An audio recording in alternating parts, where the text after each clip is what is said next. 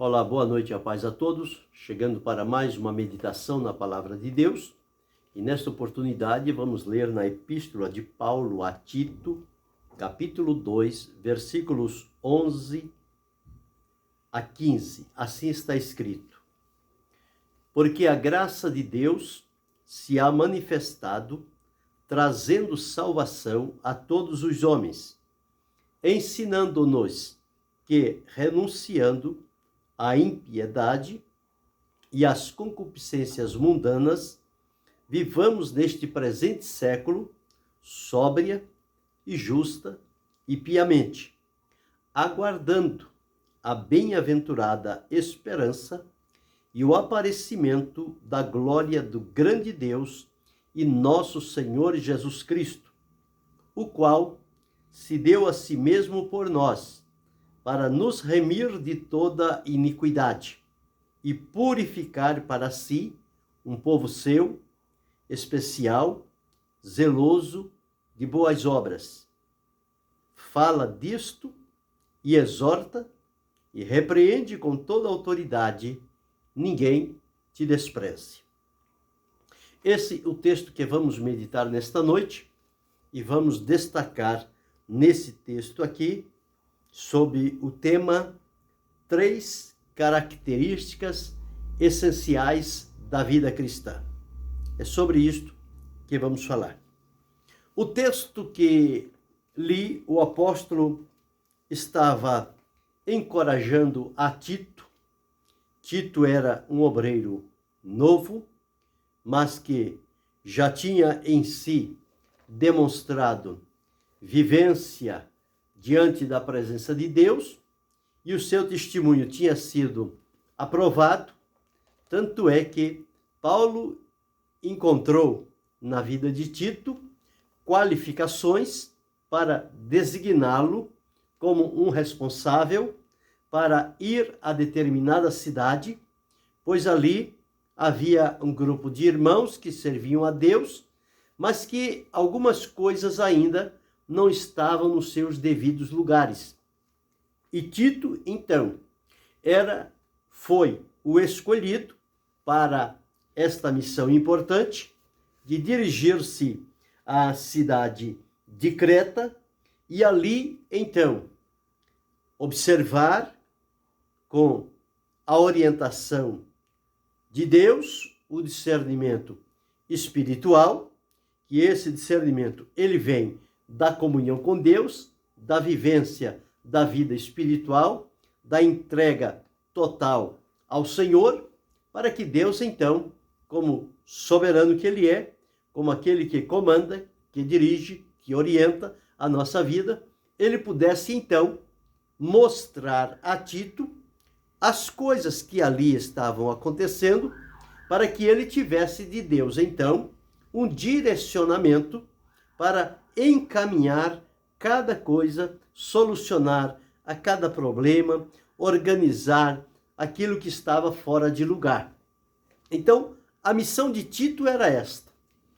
E para cada função na sua obra, Deus tem um obreiro especializado, que foi capacitado por ele, preparado por ele, instruído por ele. E então agora Deus sabe aonde colocá-lo e qual vai ser a função daquele homem, daquela mulher que Deus preparou para estar atuante na sua obra. Nem todos são iguais. Aliás, eu sou levado a dizer que ninguém é igual. Todos nós somos diferentes um do outro, mas direcionados por Deus, trabalhamos para o mesmo Senhor, trabalhamos para uma única causa, que é a obra de Deus, e trabalhamos para o bem da obra de Deus. E com isto nós devemos estar prontos para sermos elementos, agentes, usados por Deus para instruir e orientar a outros que ainda não aprenderam, podem ter já um tempo de que estão caminhando junto aos irmãos, mas que na vida ainda não demonstrou determinado amadurecimento e aquelas qualidades necessárias a quem serve a Deus ainda não foram despontadas, ainda não se mostraram. E outros são aqueles que estão chegando, são novatos ainda, estão chegando agora, e é como o apóstolo João revela na sua epístola, ele fala sobre 3 tipos de idade. E no sentido espiritual, elas também existem. Ele fala de filhinhos, ele fala de filhos, ele fala de filhinhos, ele fala de jovens e ele fala de pais. Então fala da infância, da juventude e do amadurecimento, quando chega à condição de pais. Então, João fala sobre essas 3 funções na vida do homem, desde o seu nascimento até a sua maturidade. Na vida cristã, acontece da mesma maneira. As pessoas que vêm a Cristo, eles são como bebês espirituais, que é preciso ensiná-los a deixar toda malícia, todo engano, todo fingimento, que era próprio lá no mundo, era comum. Mas agora, vindo a Cristo, aquelas atitudes, aqueles comportamentos não são válidos diante de Deus. Porque diante de Deus, quando a palavra entra no coração e o Senhor Jesus vem fazer morada e liberta aquela vida, tem que demonstrar transformação. Então, estes filhos na fé, esses novos na fé, estão entrando agora para o relacionamento com Deus, eles precisam ser ensinados nos rudimentos da palavra de Deus, nas coisas do início, naquilo que é básico, naquilo que é simples. E deve ser ensinado 1, 2, 3, quantas vezes forem necessárias, até que comecem a viver em função daquilo que foi ensinado para eles. Então, a partir deste momento que as pessoas entram por aquele caminho, então eles vão dando passos para o crescimento espiritual, a mente vai abrindo, o coração vai dilatando, o espírito vai ficando mais aplicado e a revelação de Deus pela sua palavra, ela vai sendo mais frequente naquela vida. Porque a palavra de Deus diz que a vereda dos justos, ela deve ser como a luz da aurora, que vai brilhando mais e mais até ser dia perfeito. Isso quer dizer, a cada dia que passa, nós precisamos ir buscando de Deus recursos para que a nossa vida vá melhorando a cada dia mais.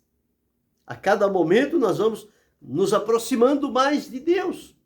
Vamos abrindo mão daquilo que não agrada a Deus, daquilo que não condiz com a vida de quem serve ao Senhor.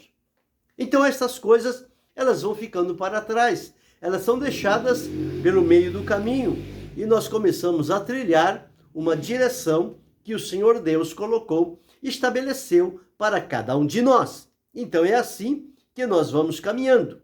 E é com este intuito que o apóstolo, escrevendo aqui a Tito, ele diz, foi com esta finalidade que a graça de Deus, ela se manifestou. E por que a graça de Deus se manifestou? Ela manifestou-se porque havia o pecado entronizado na vida humana. O pecado lançou as suas raízes e contaminou todas as áreas da vida humana. E agora, através da vinda de Jesus e a graça de Deus e a verdade que veio por ele veio demonstrá-la diante do povo como enviado de Deus.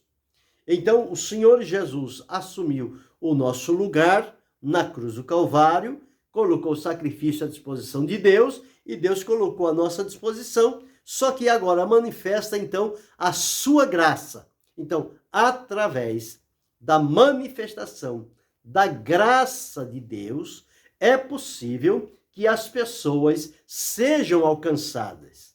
O manifestar da graça de Deus torna acessível diante das pessoas o caminho por onde elas haverão de entrar para chegarem à presença de Deus. Porque a própria palavra de Deus diz que nós somos salvos pela graça, por meio da fé. Isso não vem de nós, é dom de Deus. Graça é o favor imerecido. Então, salvação não se baseia no que é meritório. Não, eu fui salvo porque eu merecia ser salvo. Não. Nós já havíamos demonstrado que não merecíamos nada disso. O que nós merecíamos era a condenação, porque os nossos feitos, o nosso comportamento, a nossa maneira de viver nos levava a este horizonte. Mas quando a graça de Deus se manifestou, Deus colocou à nossa disposição aquilo que nós não merecíamos. E Deus, então, concede isto como uma dádiva, como um dom. É o dom de Deus, a manifestação da sua graça. E a graça veio para que, aonde existir as raízes e as profundezas do pecado, a palavra de Deus diz que onde abundou o pecado, a graça de Deus, ela superabundou. Significa que, aonde o pecado lançou raízes profundas, a graça foi muito mais além e cavou mais fundo e neutralizou todas as raízes do pecado e trouxe o homem, a mulher, o jovem, a criança, à presença de Deus. Agora, alcançado pela graça de Deus, pela manifestação do sublime, profundo e eterno amor de Deus, demonstrado em Jesus para a salvação do pecador, isto é possível com o trabalho da graça. Porque na graça, Deus oferece a nós aquilo que não merecíamos. Na misericórdia, Deus oferece o perdão para que nós não venhamos a sofrer as consequências que merecíamos por uma vida em pecado. Mas quando somos levados à presença de Deus, há o perdão, a aceitação, a adoção de filhos, regeneração, santificação, e nós então passamos a entender qual é a vontade de Deus para a nossa vida, e por conta disso, então, esta graça se manifesta de maneira gloriosa, rica, soberana, e pela graça nós somos fortalecidos na presença do Senhor. Então ele estava dizendo isso a Tito, porque a graça de Deus se há manifestado, trazendo salvação a todos os homens. A graça de Deus manifestou-se de maneira universal, ou seja, para o alcance de toda a alma humana. A graça de Deus foi colocada a essa disposição. E diz aqui, trazendo. Então a graça traz a salvação de Deus para a nossa vida. Trazendo salvação a todos os homens. Então, embora sendo indignos e pecadores, a manifestação de Deus não foi somente para uns e outros, mas foi para todos. E como é próprio do ser humano, nem todos recebem ou aceitam as dádivas que lhes são oferecidas. Se na vida humana, física, social, familiar, acontece isto, quando alguém vem oferecer algo a um determinado membro, ou parente, ou conhecido, e a pessoa se recusa a receber, Assim também é com a graça de Deus.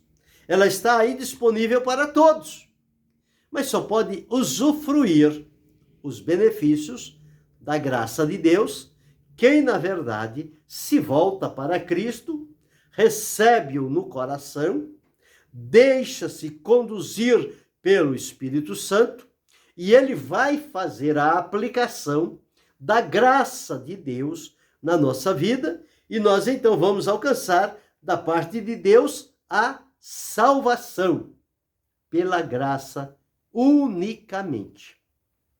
Não há nada que fazer. É só confiar no que já foi feito e aceitá-lo pela fé e deixar que o Espírito de Deus implante em nosso ser essa graça maravilhosa, cujo resultado vai ser a salvação. Então, uma vez salvos, libertos, transformados, nós precisamos continuar a caminhada, porque nós só estamos começando. Estamos chegando agora à fé. Fomos alcançados pela misericórdia e pela graça de Deus. A porta da graça se abriu e nós entramos por ela. Então estamos chegando para servir ao Senhor. E a cada dia nós vamos aprendendo à luz da meditação, da leitura, do estudo da palavra de Deus, do ensino regular que recebemos na reunião, na congregação, aonde nós nos reunimos para prestar culto e sermos orientados, instruídos e ensinados pela palavra de Deus. Então é ali que nós vamos aprendendo e vamos direcionando o nosso caminhar de acordo com a vontade de Deus. E em Creta estava havendo necessidade de que estas coisas fossem colocadas cada uma no seu devido lugar, para que aquele povo entendesse que as coisas com Deus, elas são valorosas, elas são sérias e elas têm a sua atuação no lugar determinado por Deus para que elas pudessem atuar.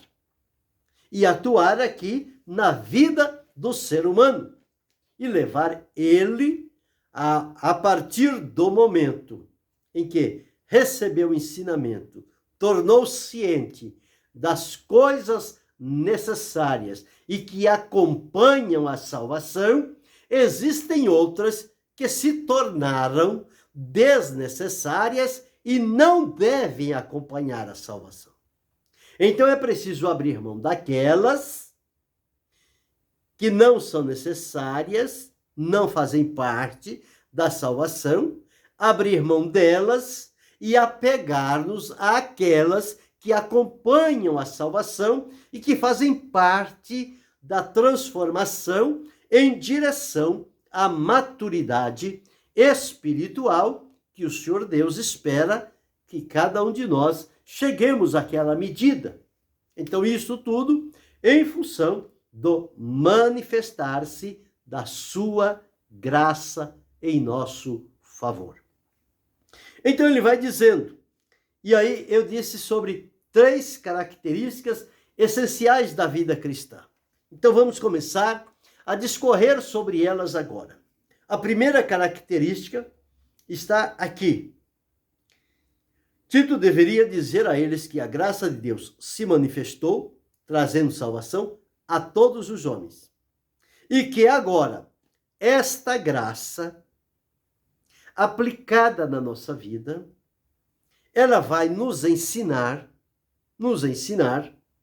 é o Espírito de Deus, que também é Espírito de graça, vai nos ensinar, vai trazer ao nosso conhecimento, vai abrir os nossos olhos para que possamos ver, enxergar e entender aquilo que pode estar acompanhando a nossa vida, mas que não agrada a Deus e que, na verdade, é um impedimento para que nós aprofundemos a nossa vida de comunhão com Deus. Então, estas coisas nós precisamos saber quais são elas, como elas agem e o que precisamos fazer. Qual deve ser a nossa decisão em face desta situação. Bem, então, ensinando-nos, em primeiro lugar, olha, renunciando à impiedade e às concupiscências mundanas. Então, o primeiro ponto é este, é renunciar. O que é renunciar? Renunciar é abrir mão. Renunciar é desapegar. Renunciar é lançar fora da nossa vida. É não compactuar mais com elas. Renunciar é rejeitar, é deixar de lado, é deixar para trás, é esquecer. Como Paulo disse, esquecendo-me das coisas que atrás ficam e avançando para as que estão diante de mim. Então, adiante da vida do crente, existem muitas coisas nobres e necessárias para a continuidade da sua vida com Deus e que é preciso renunciar. O que está escrito aqui? A impiedade. Impiedade é o fruto prático da vida de quem é ímpio. Ímpio é quem não serve a Deus. Ímpio é quem não reconhece a Deus. É quem não teme a Deus. É quem não dá ouvido à voz de Deus. Então esta pessoa está vivendo em impiedade. Impiedade é uma prática e é um dos nomes pelos quais o pecado é chamado. Ele é chamado de impiedade. Então, praticar a impiedade não condiz com quem serve a Deus. Então está dito, renunciando à impiedade. Se cometíamos impiedade, atrocidade, engano e causávamos prejuízo, temos que agora abrir mão disso. Isso não deve mais acompanhar a nossa vida diante de Deus, porque agora o nosso direcionamento é outro. Nós estamos servindo ao Senhor e estamos sendo encaminhados por Ele à luz da sua palavra no caminho certo, no caminho reto, no caminho prudente, no caminho de verdade, no caminho que leva a vida, no caminho que traz alegria, no caminho que oferece proteção para a nossa vida. Então é preciso abrir mão da impiedade. E segundo, renunciar também às concupiscências mundanas. Ou seja, os desejos, os prazeres descontrolados, que não condiz, que não faz parte de quem quer ter uma vida reta, de quem quer ter uma vida moral, segura e certa diante de Deus. Então, a concupiscência mundana não pode fazer parte desta vida, porque a concupiscência são desejos ilícitos que são lançados à vida das pessoas, por isso chama-se concupiscência mundana, ou seja, algo que é do mundo, e o que é do mundo é inimigo de Deus, porque tudo que há no mundo, a concupiscência da carne, a concupiscência dos olhos e a soberba da vida, não é do Pai, mas é do mundo. E o mundo passa, e a sua concupiscência, mas aquele que faz a vontade de Deus permanece para sempre. Então, para fazer a vontade de Deus e permanecer para sempre, é preciso renunciar à impiedade e às concupiscências mundanas, que se mostra em várias áreas da vida. Desde a área moral, sensual, até outras áreas da nossa vida. Sempre ela quer entrar ali, encontrar um caminho para se fazer presente na nossa vida, e isso então atrapalha a nossa comunhão com Deus, o nosso desenvolvimento espiritual, ou seja, o crescimento que devemos receber à luz da palavra de Deus, que como um leite racional, não falsificado, a cada dia vamos tomando dele, e isto vai promovendo crescimento digno, legítimo, nutritivo, espiritual para a nossa vida. E nós vamos crescendo na presença do Senhor.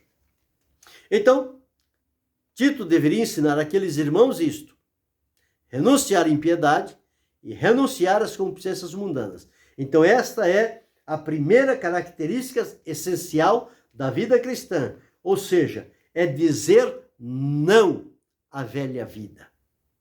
Porque há pessoas que pensam que uma vez que veio a Cristo, com a vida anterior, a vida velha, a vida toda atrapalhada, toda enrolada, deve continuar desse jeito. Mas não é assim que a palavra de Deus ensina. Você pode vir a Cristo desse jeito. Vi como está. Ele te recebe? Recebe. Só que você não vai permanecer como está. A partir do momento em que houver o encontro com Cristo, vai começar ali uma transformação radical, profunda e verdadeira na sua vida, começando por dentro e depois transparecendo nos resultados exteriores. A conduta, o comportamento, os negócios, as atitudes, o palavreado, a maneira de olhar, o que está ouvindo, aonde coloca a mão, aonde coloca os pés, o que deixa entrar na mente. Então, todas estas coisas vão passar por uma transformação diante da presença do Senhor. Então, por isso que é uma nova vida. A palavra de Deus diz que assim que, se alguém está em Cristo, nova criatura é, as coisas velhas já passaram. Então, quando vem a Cristo, vem a velha criatura. Mas quando tem o encontro com Cristo, há uma transformação. E esta velha criatura é renunciada. E a nova criatura começa a viver e andar em novidade de vida. É por isso que o apóstolo Paulo, escrevendo no livro de Efésios, no capítulo de número 4, e no versículo de número 22 a 25, diz assim: que quanto ao trato passado, vos despojeis do velho homem, que se corrompe pelas concupiscências do engano, e vos renoveis, veja, renovar, no encontro com Cristo, no espírito do vosso sentido, e vos revistais do novo homem, que segundo Deus é criado em verdadeira justiça e santidade. Então, despoja do velho homem, reveste-se do novo homem para andar em novidade de vida diante da presença de Deus. Pelo que deixai a mentira, falai a verdade cada um com o seu próximo, porque somos membros uns dos outros. Então, renunciar é isto, é abrir mão do que não é lícito, não é bom, não trará nenhum proveito à nossa vida, e lançar mão daquilo que Deus coloca à disposição para o nosso crescimento, para a comunhão, para a intimidade, para o amadurecimento espiritual. Então, em primeiro ponto está renunciar impiedade e concupiscência mundana. E a segunda coisa, neste mesmo versículo, diz assim: e vivamos neste presente século sóbria e justa e piamente. Então, uma vez que renunciamos à impiedade e à concupiscência mundana, nós temos agora condição e dever, à luz da palavra de Deus, de viver neste presente século, neste mundo, no ambiente em que vivemos, junto às pessoas com quem vivemos, porém de maneira diferente. Vivermos agora, neste presente século, sóbria, justa e piamente. São as maneiras que nós devemos nos comportar diante de Deus. Sóbrio é alguém que tem o sã juízo. A mente não está variando. Porque a pessoa, quando está embriagada, ele perde o sentido, ele não fala nada com nada, ele chora, ele ri, ele grita, ele sapateia, ele xinga, ele faz tanta coisa. Porque está sem o juízo. Quando passa aquela situação e alguém lembra ele do que ele fez, ele passa a ter vergonha. Não deveria ter feito aquilo.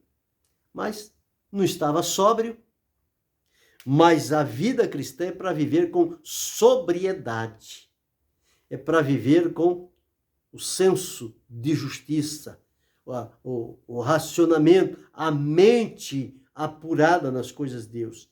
E de maneira justa. E de maneira piamente. Então vai renunciar à impiedade e vai viver de maneira pia, ou seja, piamente diante do Senhor.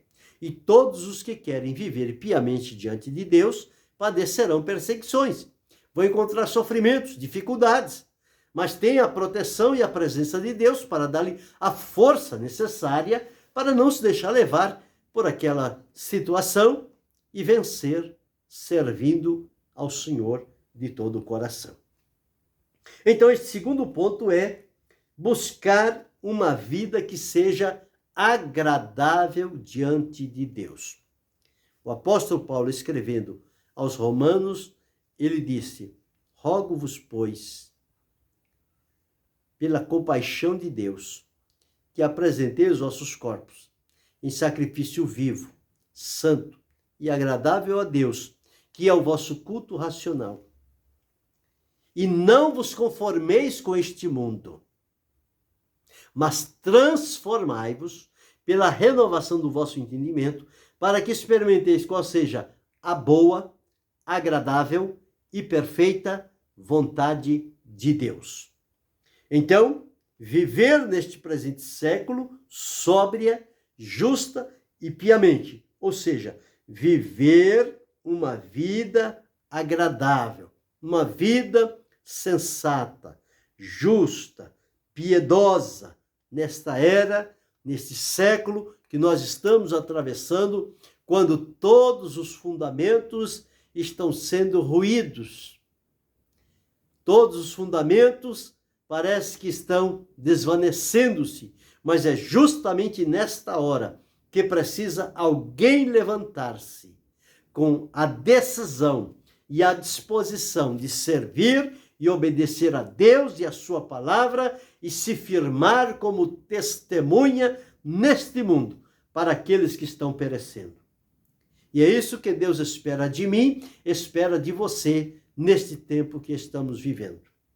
Tempos difíceis, trabalhosos, perigosos, comprometedores, mas uma grande oportunidade que Deus nos dá de estar vivendo neste tempo. E que a nossa vivência neste mundo tenha significado, seja agradável diante de Deus e possa impactar a outros para que venham também servir ao Senhor, como estamos fazendo e como outros irão fazer quando chegar o seu momento. Então, a segunda característica essencial é uma vida agradável a Deus. E seguindo, ele diz no versículo 13, aguardando a bem-aventurada esperança e o aparecimento da glória do grande Deus e nosso Senhor Jesus Cristo. Ou seja, a terceira característica essencial da vida cristã é a esperança na volta do Senhor Jesus. Ele prometeu, ele disse que vai voltar. A promessa de Jesus é fiel e é verdadeira, e ela vai se cumprir. E nós precisamos acreditar de todo o nosso entendimento, de todo o nosso coração, de todas as forças, de toda a alma, na volta gloriosa do Senhor Jesus. Porque diz, aguardando, esperando, desejando, ansiando, anelando, buscando, está pronto para este momento, aguardando a bem-aventurada esperança e o aparecimento da glória do grande Deus e nosso Senhor Jesus Cristo.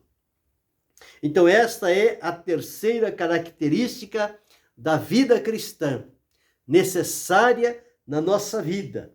Como nós observamos, primeiro, renunciar impiedade e concupiscência mundana. Segundo, viver neste presente século de maneira sóbria, justa e piamente. Terceiro, aguardando a bem-aventurada esperança e o aparecimento, ou seja, a manifestação de Jesus em glória para vir buscar o seu povo e levar a sua mansão celestial. Ele foi preparar lugar e ele há de voltar conforme prometeu. E nós precisamos estar todo dia aguardando pelo seu regresso, aguardando o seu retorno. Nós observamos que naquela época a pessoa abrir mão destas coisas era um ato revolucionário, porque todas as pessoas, eles viviam escravizados pelo Império de Roma e eles eram submissos a viver daquela forma, e quando alguém rompia com aquele sistema para servir a Jesus, ele enfrentava problemas e dificuldades na sua vida. Mas as pessoas, mesmo assim, sabendo o risco que corriam, até de ser levado à morte física, eles não abriam mão, porque haviam experimentado em Jesus aquilo que o seu coração desejava da presença de Deus. E por conta da alegria, da promessa, da segurança, da salvação de Deus, eles estavam dispostos a que os seus corpos fossem levados à morte, mas o espírito e a alma estariam para sempre guardados e conservados diante da presença do Senhor.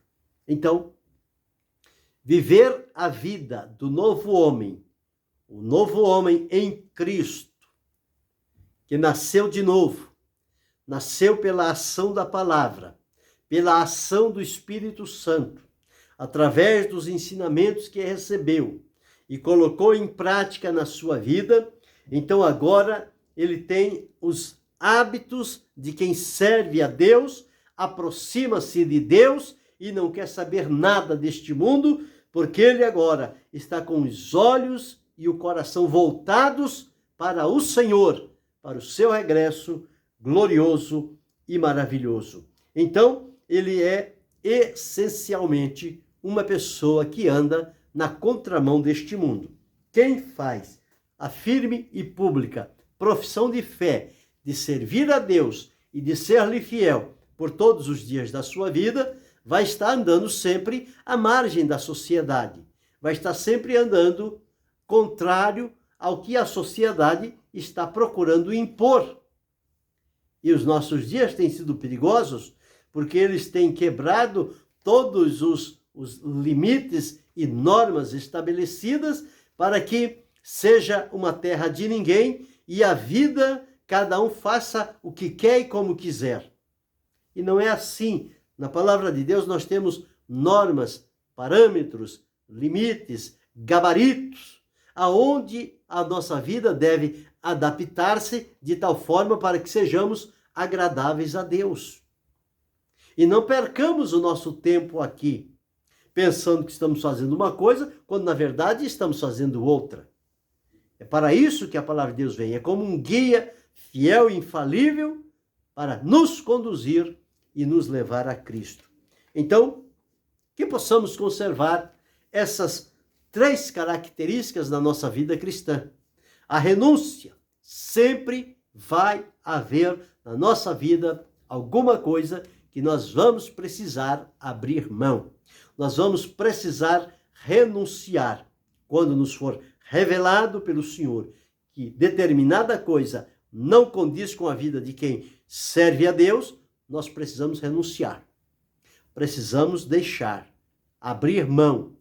E precisamos também viver, apesar de que tudo sopra contrário, mas viver à luz do que a palavra de Deus nos orienta, e isto com uma vida sóbria, justa e piamente, e diante de Deus, porque nós estamos vivendo diante de Deus. E terceiro, aquela bem-aventurada esperança.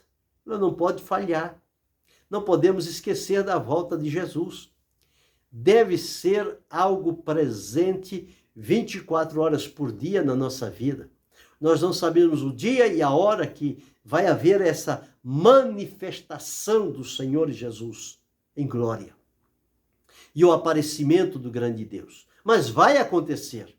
Então nós precisamos estar prontos e decididos para que quando aparecer, nós não sejamos nem surpreendidos e nem confundidos. Mas estejamos prontos para quando acontecer, nós irmos em questão de milésimos à presença do Senhor e lá ficarmos para toda a eternidade.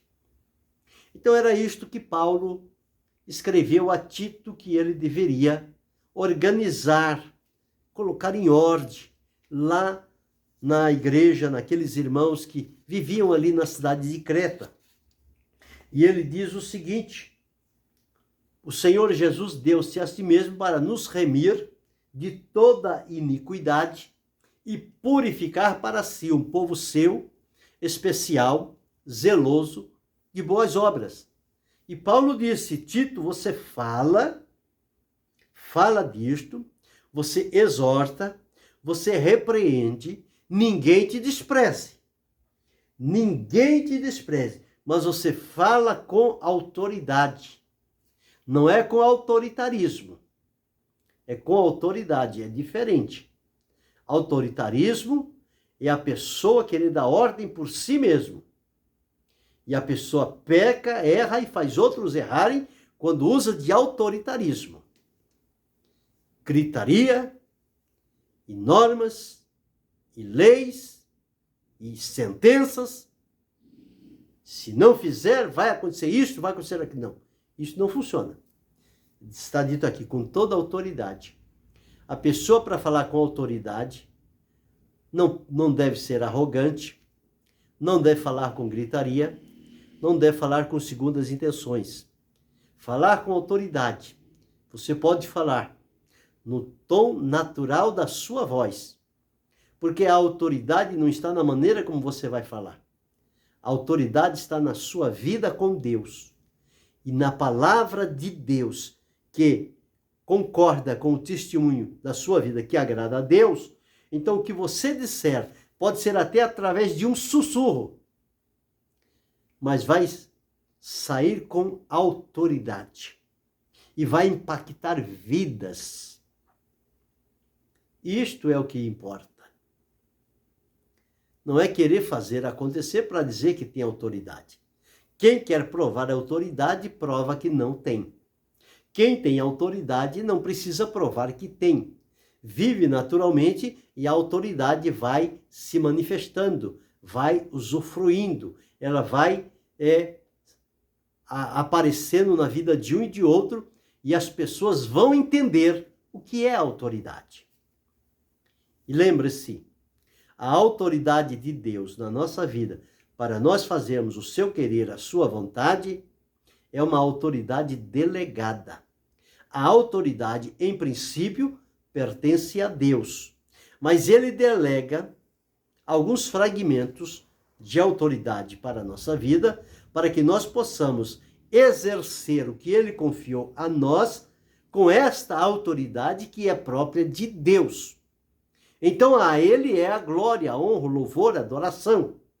E devemos saber que a autoridade pertence a Deus.